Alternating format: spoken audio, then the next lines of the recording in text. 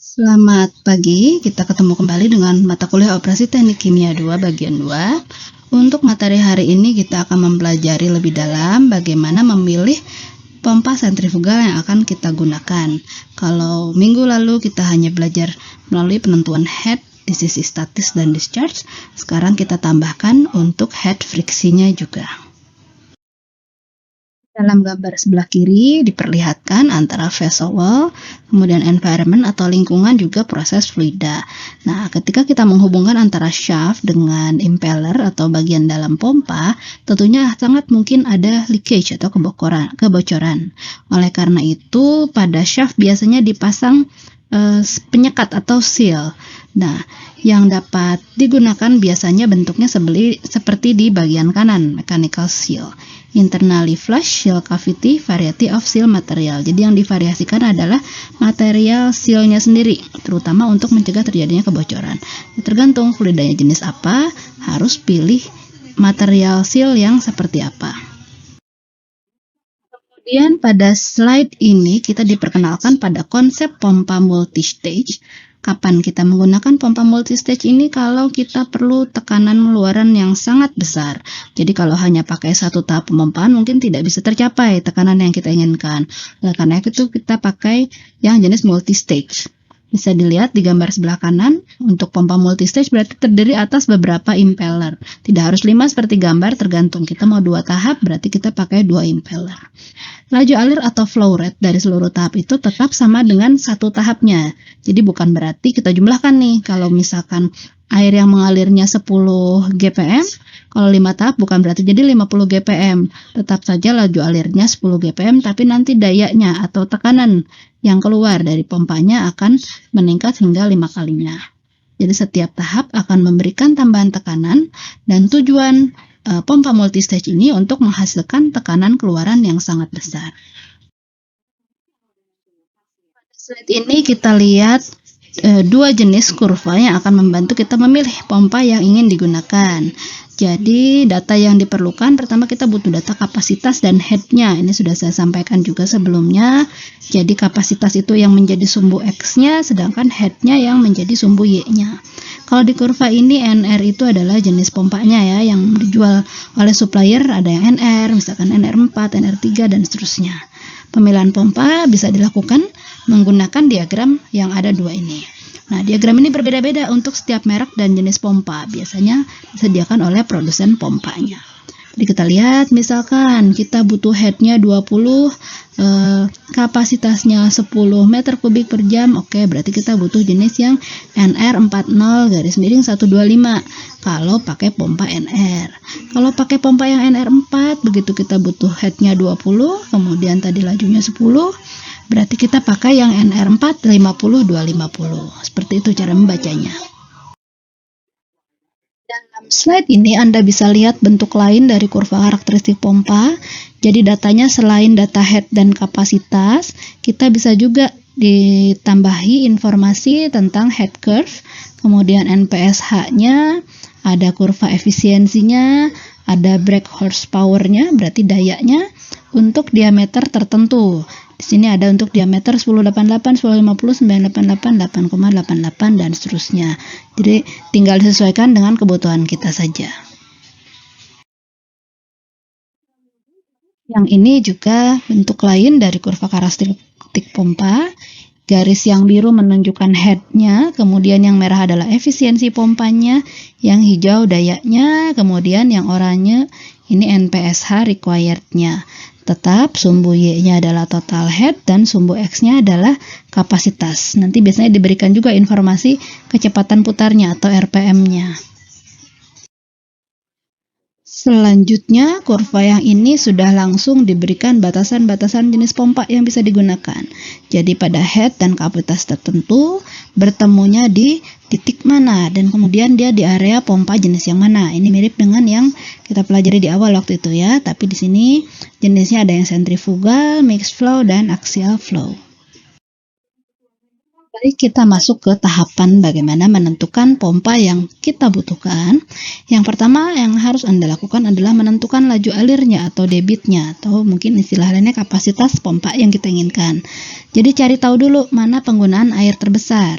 Misalkan Anda akan menggunakan pompa untuk mengisi bak mandi dengan kapasitasnya 10 galon per menit atau 0,6 liter per sekon. Nah, kalau di industri seringkali laju alir untuk di pompa ini bergantung pada tingkat produksi pabrik. Misal 100 GPM atau 6,3 liter per detik untuk mengisi tangki dalam waktu yang wajar atau laju alir. Kemudian bergantung juga pada beberapa interaksi antar proses yang perlu dianalisis secara hati-hati. Jadi tahap pertama Anda harus hati-hati dalam menentukan kapasitas pompa yang Anda perlukan.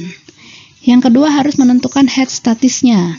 Ini sudah kita pelajari ya, waktu itu head statis di sisi suction dan di sisi discharge-nya. Jadi tinggi antara permukaan cangkit air isap dengan tinggi akhir pipa pembuangan atau elevasi permukaan cairan tangki pembuangan. Nah, setelah head statis Anda harus hitung juga head karena gesekannya. Head karena gesekan ini tergantung pada laju alirnya, kemudian ukuran pipa dan panjang pipanya. Kemudian Anda hitung dulu total head-nya antara head statis dan head gesekan. Nah, dari sini biasanya ditentukan juga ada yang namanya pertimbangan desain, harus dinaikkan sekian persen. Dari situ baru Anda pilih pompa yang akan digunakan.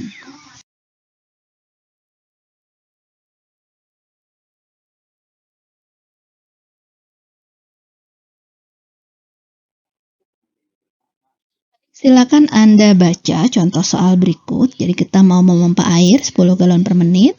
Suction-nya itu pakai pipa 1 inci, panjangnya 30 feet. Kemudian discharge-nya pakai pompa 3/4 inci, panjangnya 30 feet. Kedalamannya dari mata air ke pompa itu 15 feet, kemudian dari pompa ke bak mandi 20 feet. Nah, kemarin kita sudah menghitung bagaimana menentukan head statisnya, tapi kita belum menghitung head karena gesekan. Jadi sekarang kita belajar menghitungnya.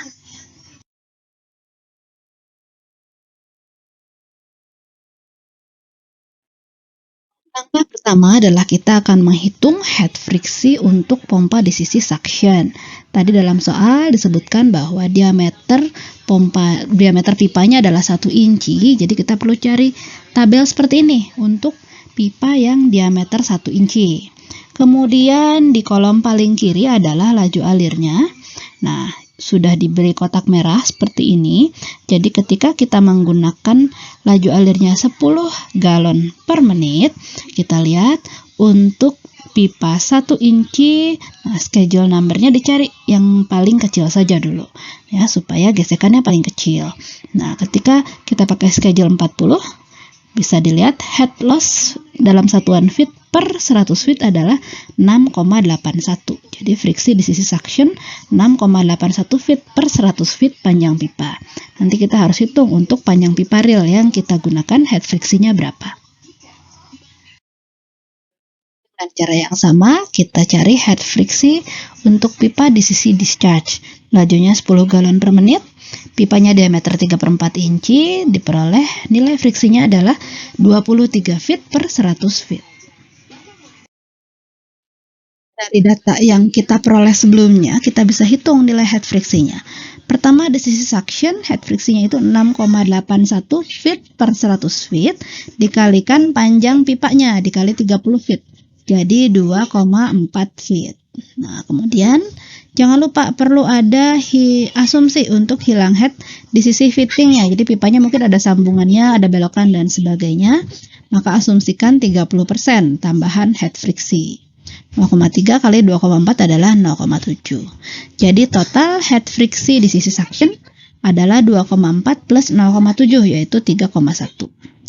Sama juga di sisi discharge, kita hitung 23 feet per 100 feet, kita kalikan dengan panjang pipanya 30 feet, yaitu sebesar 6,9 feet. Kemudian kita tambahkan asumsi heat pada fittingnya 30% juga sama, jadi 2,1 feet, sehingga total friction loss di sisi discharge adalah 9 feet.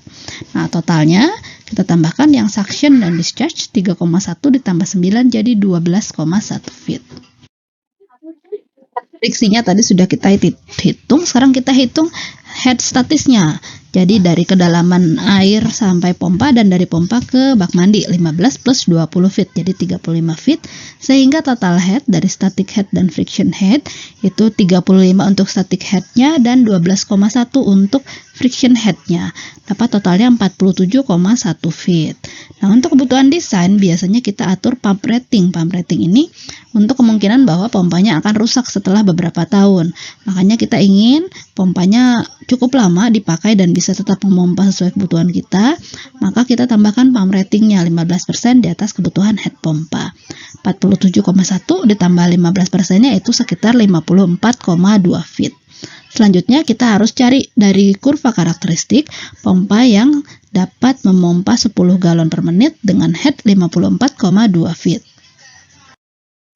Hasil perhitungan tadi kita akan gambarkan sebagai titik operasi pompa dalam kurva karakteristik seperti ini. Pertama, lihat sisi kirinya headnya, kemudian sumbu X-nya adalah kapasitasnya atau galon per menit. Nah, tadi 54,2 dan 10 GPM bertemu di titik operasi tersebut. Jadi tadi 30 itu menunjukkan head statiknya yang dikasih panah biru dari bawah dari 0 sampai 30. Sisanya adalah head friksinya. Kita ketemu titik operasinya segitu. Kemudian kita tarik sampai kurva NPSH di atasnya, dapat nilai NPSH-nya adalah 4 meter. Selanjutnya kita akan mempelajari tentang perubahan titik operasi pompa. Jadi suatu pompa itu belum tentu mulus terus setiap saat berjalan sesuai dengan kondisi operasi yang kita inginkan. Ada kalanya berubah, putarannya mungkin tiba-tiba jadi lebih lambat, headnya turun, dan seterusnya. Nah, kita selanjutnya akan mempelajari bagaimana kalau kita mengalami perubahan titik operasi pompa tersebut. Apa perubahan operasi pompa itu? Kita perhatikan gambar kurva karakteristik berikut. Misalkan sebuah pompa dioperasikan untuk kapasitas 900 galon per menit, headnya itu sekitar 120 meter, kemudian pada pompa dengan putaran 1600 rpm. Nah, yang diberi bulat warna ungu itu adalah titik operasi pompanya. Nah, apa yang terjadi ketika pompa yang harusnya beroperasi di 1600 rpm ternyata turun putarannya menjadi 1200 rpm? Kita tarik ikuti sistem head curve-nya, ketemu di titik 1200 rpm.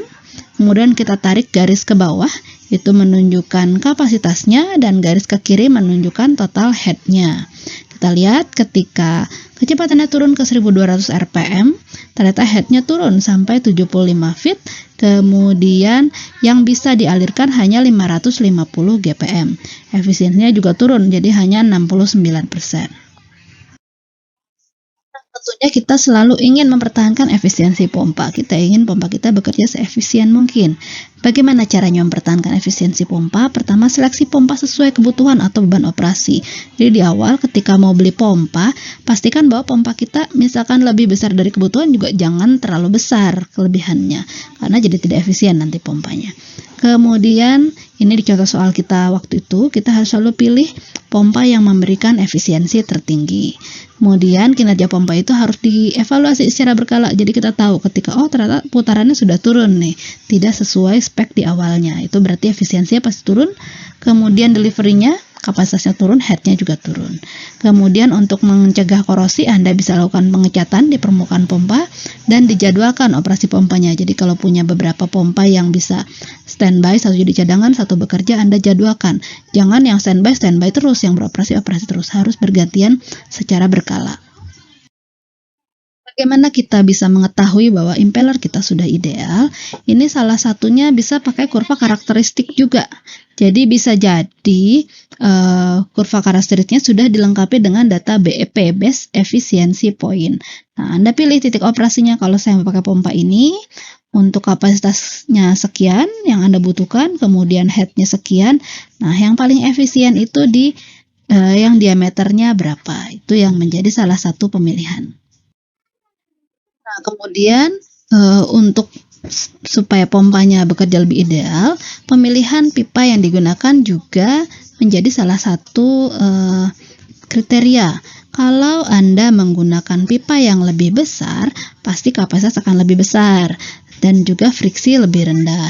Tapi kalau pipanya lebih kecil, kapasitasnya akan lebih kecil dan friksi akan lebih tinggi. Ini akan jadi pertimbangan mana yang lebih menguntungkan.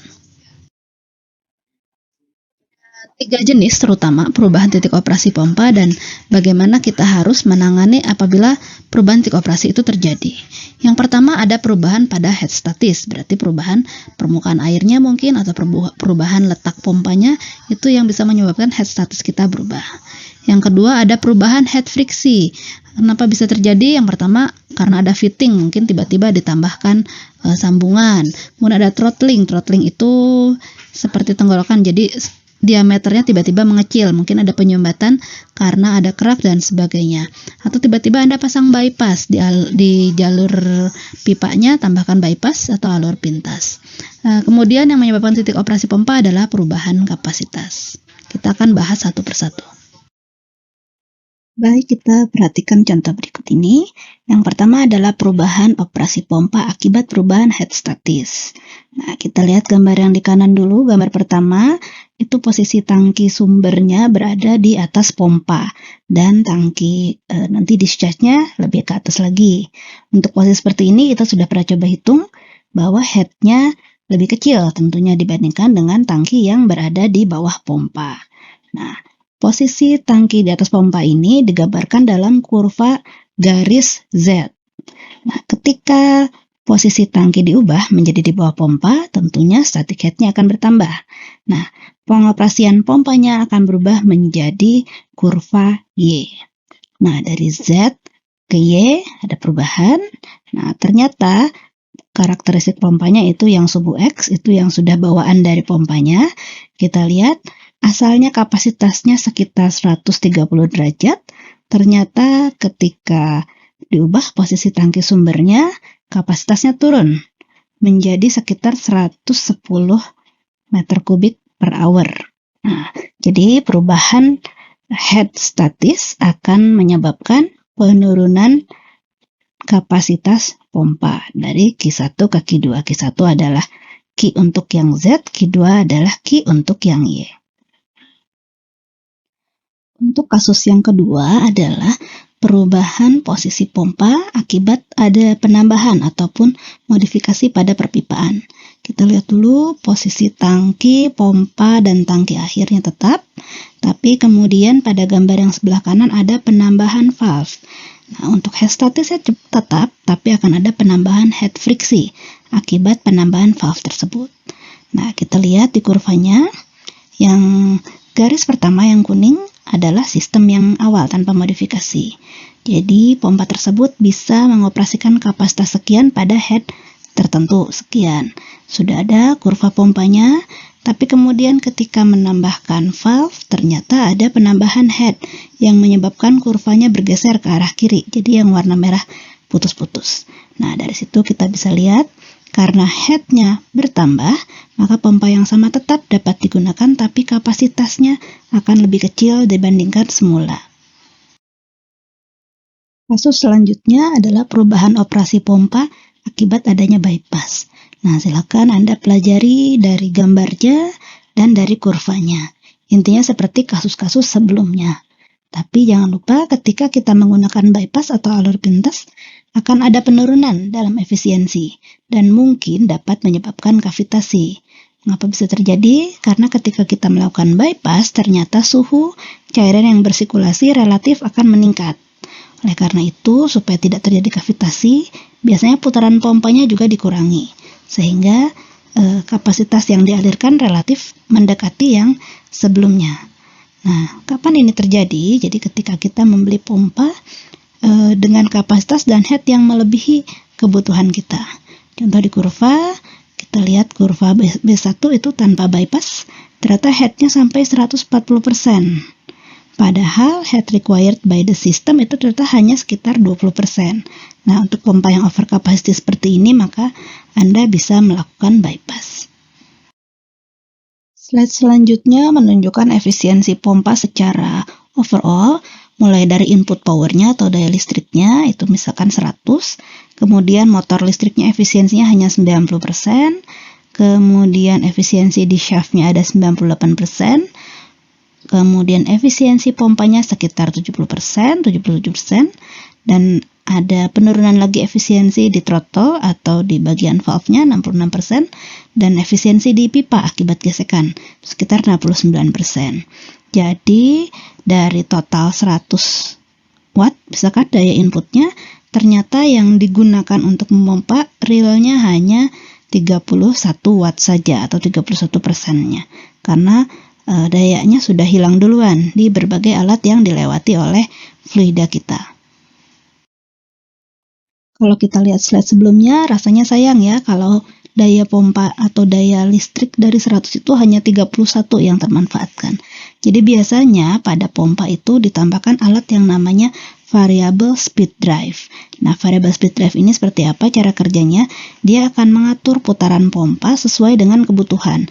Jadi ketika butuh mengalirkannya banyak, putarannya akan dia tingkatkan. Ketika kapasitas yang perlu dialirkan itu relatif kecil, maka putarannya akan diperlambat. Nah, karena ada variable speed drive ini ternyata meningkatkan efisiensi secara overall. Jadi tadinya hanya 31%, efisiensinya meningkat hingga hampir 72%. Untuk pemasangan pompa, kita bisa pasang secara seri ataupun secara paralel, tergantung kebutuhannya.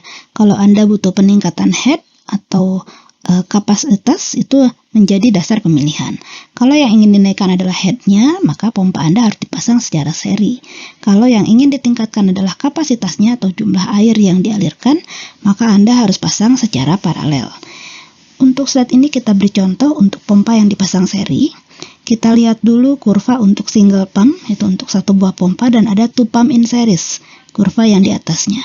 Yang dari bawah ke atas itu adalah system curve. Nah, posisi angka 1 adalah ketika pompa hanya satu buah yang dipasang. Kapasitas tertentu, headnya tertentu.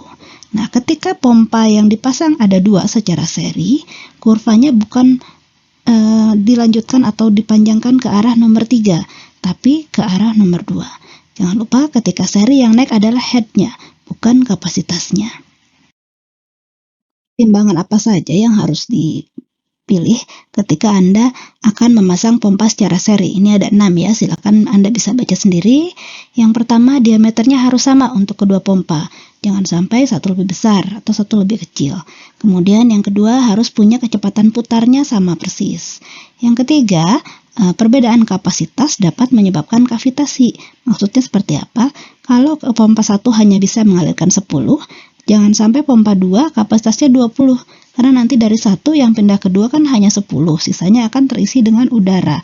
Nah, itu akan menyebabkan terjadinya kavitasi.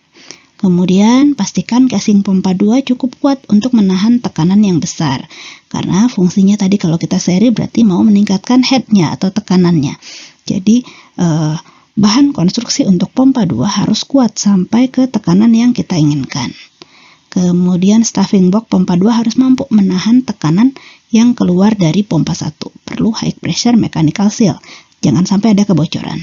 Kemudian pastikan kedua pompa sudah terisi cairan ketika mau start up. Dan ketika operasi juga tetap, karena pompa 2 terisi dari pompa 1, jadi harus terisi cairan. Kemudian pompa 2 baru dijalankan setelah pompa 1 berjalan. Untuk slide ini Anda bisa lihat konfigurasi pompa yang dipasang secara paralel.